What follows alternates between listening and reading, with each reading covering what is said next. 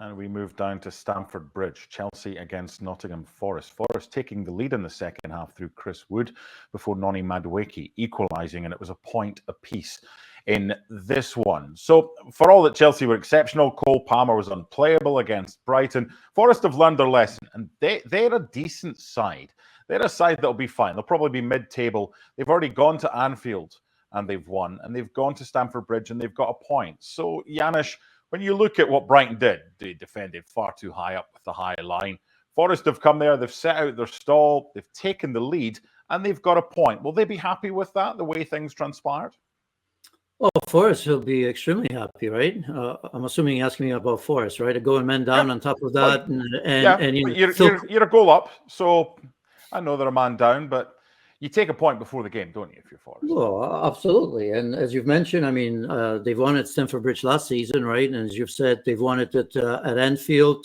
This is a team that's performing at a high level. Let's face it, today, for the most part, it was about the goalkeepers, right? Robert Sanchez was tremendous. And so was Matt Sells, especially, late in the game. There was just flurry of chances for Chelsea that they perhaps should have put away. And who knows, they could have won it. But I don't think anybody's going to be taking anything away from Nottingham Forest. And by the way, I wouldn't take anything away from Chelsea, because I said that last week that they're back.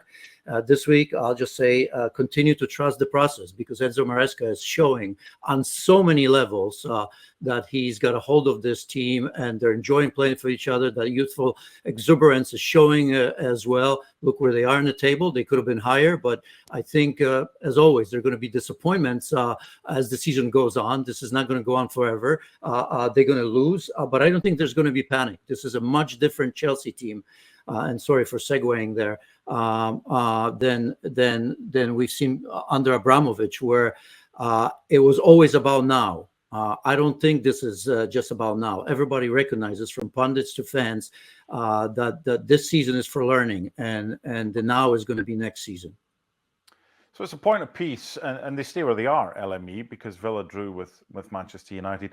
I just enjoy talking about Chelsea from a positive perspective, because it's been so miserable about all these signings and no one's been able to make it work, and an owner that just splashes the cash. Yeah, it was a 1-1 draw today. It was a decent enough game. But isn't it nice that we're talking about Chelsea from a positive sense again, and not the kind of, what's happening at Chelsea now, the way it used to be?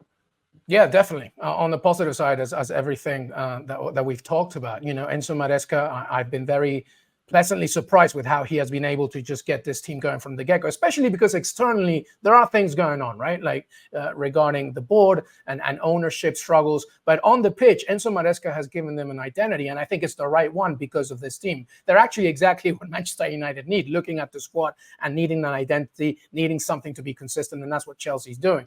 Now, I will say, though, that it will be interesting to see how they do against better teams, with all due respect, because after the opening game to Manchester City, they've played teams that they really, with the team that they have, with the money that they've spent, with the talent that they have, you should at least expect them to either win or do well. So the next game after the international break is against Liverpool. That will be a nice barometer for me to see how Chelsea have been doing since the beginning. So there's a lot, as you mentioned, there's a lot of positive talk from Chelsea Football Club. And definitely, I mean, as you're looking at this table, they're definitely contending for a European spot. And because of this big squad, Cole Palmer isn't even in the Conference League squad. That's the kind of level of, comfortability that Enzo Maresca can get to. So, yeah, we'll have to see. I'm looking for that Liverpool game, though, after the international break.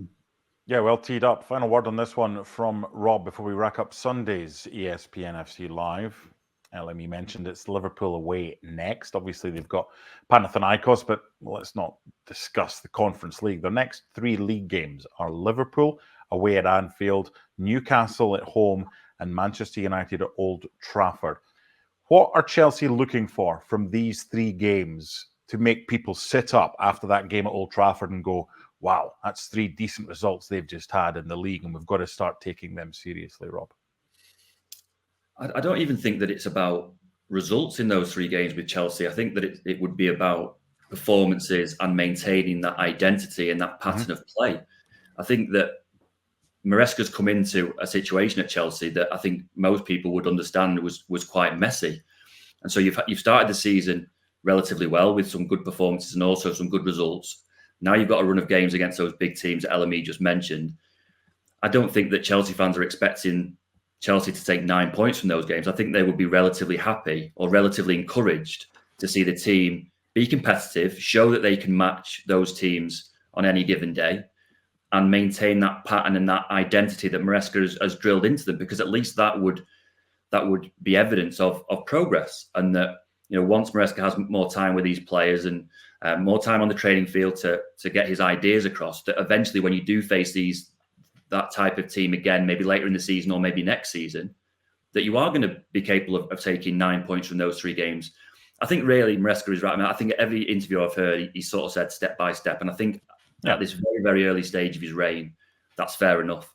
And I think that if Chelsea fans can see continual signs of progress against the likes of Newcastle, Liverpool, Man United, regardless of results, that they would be quite encouraged.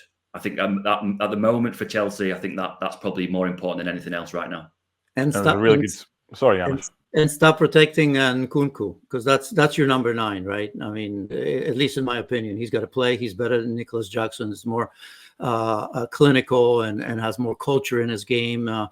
So I know he's been injury prone, but he's shown already coming off the bench or playing in the smaller games or playing in Europe that he can. For me, he's the man in front of goal for Chelsea. Yeah, and I can understand kind of if something's working, you're not going to make lots of changes. So it's a case of bide your time, and it's up to him when he came on, like he did today, to make an impact. But the biggest impact could have been right at the end. But it was actually he did it too late. Too late. He Changes, 10 minutes to go. Look at look what they made. Nkunku had a chance, and a header from João Felix, and Mudryk looked decent. I mean, Maresca made a mistake. He would have won that game if he made those changes a little bit earlier.